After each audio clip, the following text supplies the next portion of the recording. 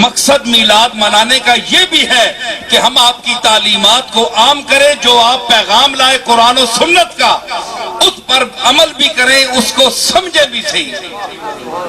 صرف یہ بھی نہیں ہے کہ ہم لائٹنگ کر دیں اور یہ سارا جو روح ہے آپ کی بعثت کی، آپ کی تشریف لانے کی، اس کو بھول جائیں، یہ بھی غلط بات ہے۔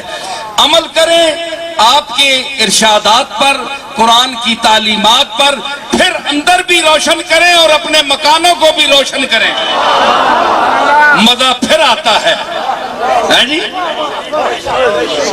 دونوں طرف ہو آگ برابر لگی ہوئی، مزہ پھر آتا ہے نا۔